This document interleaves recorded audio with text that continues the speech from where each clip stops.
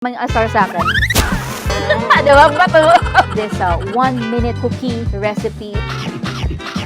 Better. Hey, it's Flair and we're back with RECIPEAZY where we try to cook it easy.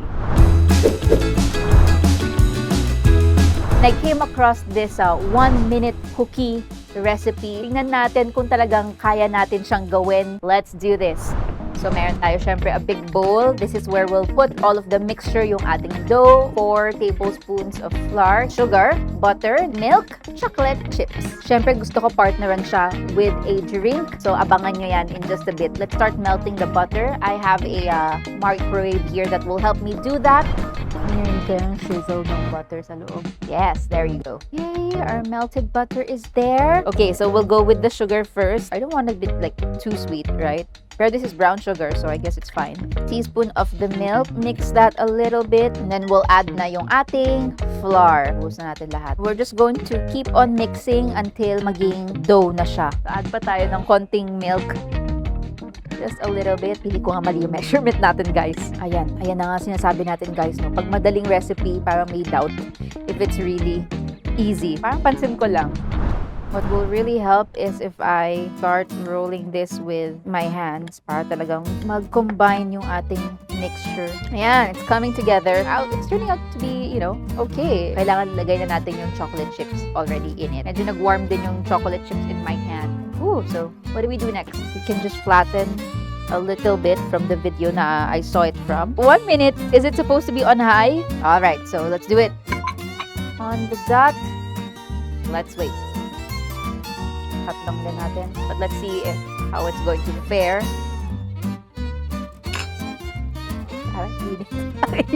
Yeah, it works. It works. I want to try experimenting just to see talaga how it's going to come up if smaller yung portions niya and we really stick to 1 minute. Feeling ko din kasi kailangan niya lang ng cool-off period, diba? Minsan ganun tayo sa buhay, kailangan natin mag-cool off, diba? Minsan papagod din tayo, so kailangan muna natin mag-chill after some heat. Kunin natin yung remaining mixture natin dito. The chocolate here, the better. Form lang natin siya into a ball like kanina. Let's flatten both. Prefer ko yung mas maliit yung cookies. Parang mas masarap siya tingnan. Let's put it back sa ating microwave. 1 minute lang. 1 minute. Set high pa rin, like kanina. Tayo yung chocolate chips.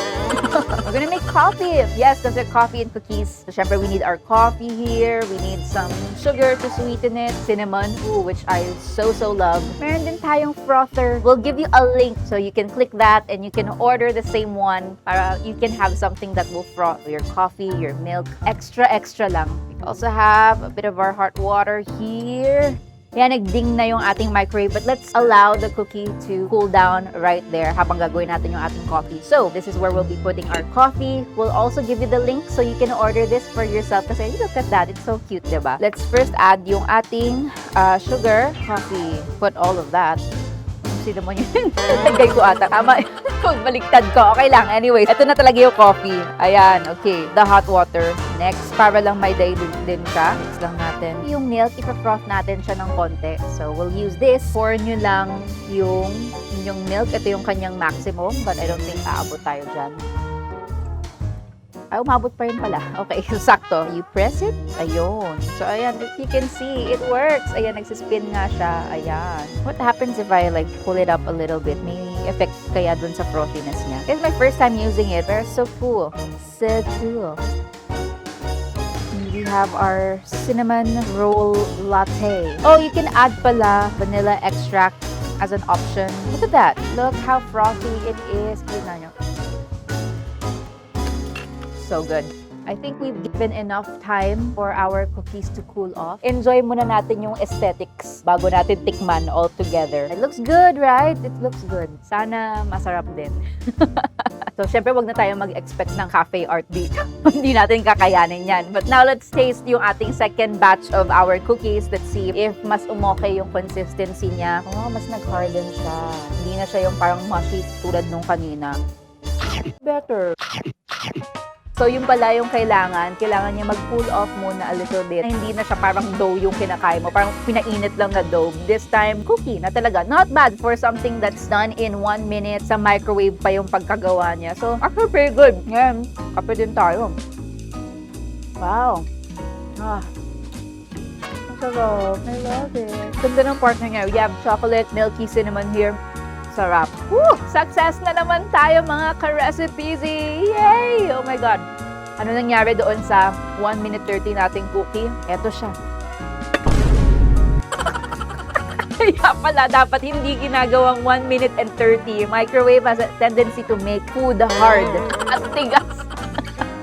Yan ang nangyayari. Ayaw natin magsayang dito sa RECIPEAZY. So, itatago ko to. And next time ang asar sa akin.